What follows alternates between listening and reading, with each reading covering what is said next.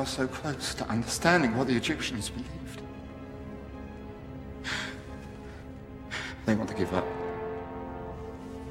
I know they do, but we can't give up now. I must explain to them. You must rest. No. There's so little time. Fetch the drawings.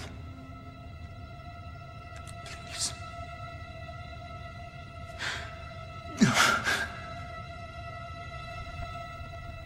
Champollion was by now very ill, but he was determined to explain to his small dedicated team the true meaning of all the work they had done. Gentlemen, these pictures you have seen and drawn on every tomb, do you know what they represent? They are a journey into the afterlife. Alberta, you painted this. Do you know what it is? No, not at all. This is the setting sun, entering the underworld and being worshipped by the king, by the pharaoh. Next to it is a scarab beetle, the symbol of rebirth. But that's what's important. That little detail, and you've got it better. Rebirth. Now look closer. The king illuminates all of Egypt. He is a god. He is a source of life for all his subjects. And in death, he is like the setting sun, descending towards the shadowy underworld through which he must travel if he is to rise again in the celestial world of Amun, the universal Father. And on the eastern walls of every tomb, we see the king during his life, battling with the 12 snakes, the 12 hours of the day. This is Tekka, the serpent with the blazing face. Then through the utter darkness of the underworld. And if he survives this, so do his people, for all eternity. Life is a preparation, and everything must be right. Every sacrifice, every prayer, every confession. These royal tombs are like tunnels into the afterlife, gateways of the kings. This is not a valley of death, after all. It is a valley of rebirth. Nobody has understood this for 1,000 years. Maybe more. This is our work. This is what you are bringing back to the world. You are bringing the Egyptians back to life.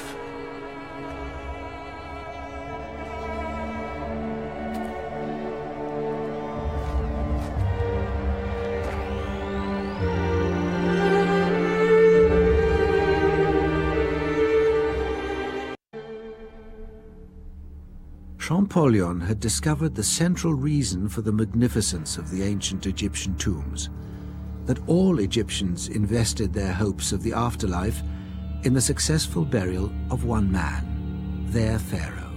He was their protector in life and would be in death.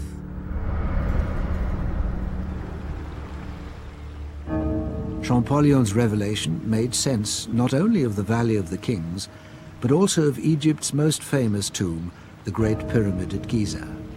And thanks to the deciphering of the hieroglyphs, we now know the order of events that surrounded the pharaoh's burial in the pyramid. When the pharaoh died, his coffin was brought down the Nile to the dockside, where sacred rituals were performed.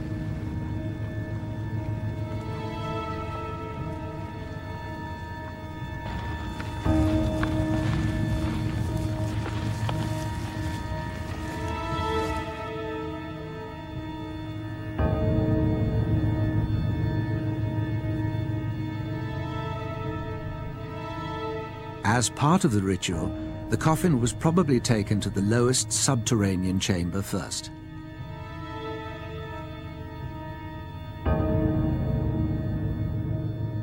And then to the final part of the journey would have been to take the coffin to the third chamber.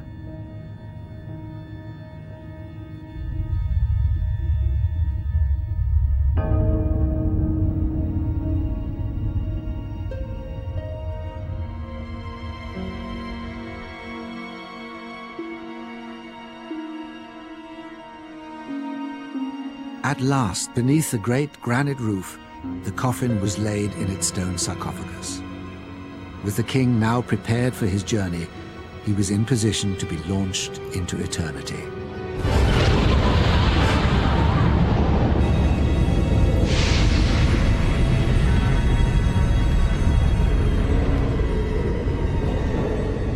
The idea was that he would be propelled towards one point in particular in the night sky, one that never moves.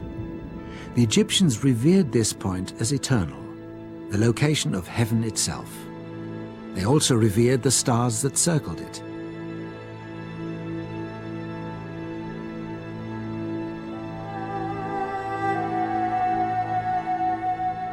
Today, we know these stars as the circumpolar stars.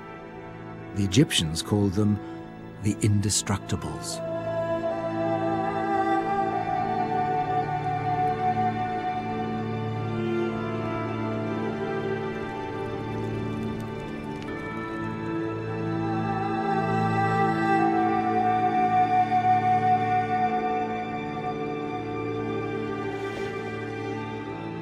In the north wall of the king's chamber is a tiny vent, the beginning of a narrow shaft that penetrates through the massive masonry to the pyramid's outer wall.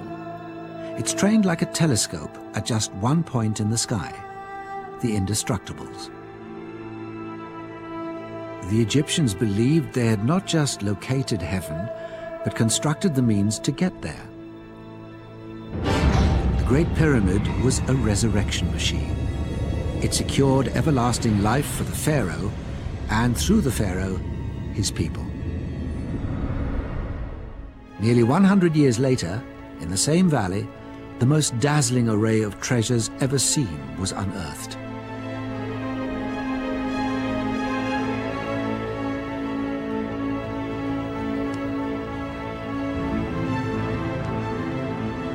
Can you see anything?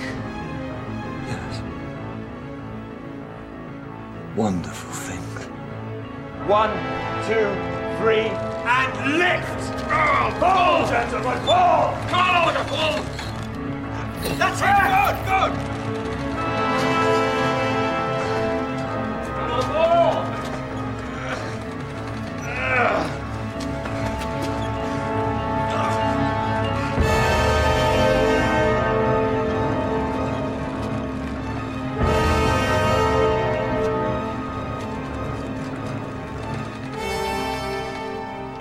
The only reason Howard Carter, the man who discovered the tomb of Tutankhamun, knew that the pharaoh even existed was due to Champollion's achievement. It allowed the Egyptologists who followed to read the few remaining inscriptions that gave clues to the reign of this obscure king. The price Champollion paid for his discovery was high. Just 18 months after he returned to France, he died. The cause of his death was said to be a massive stroke. In reality, he never recovered from the struggle of that 2-year journey into the heart of Egypt.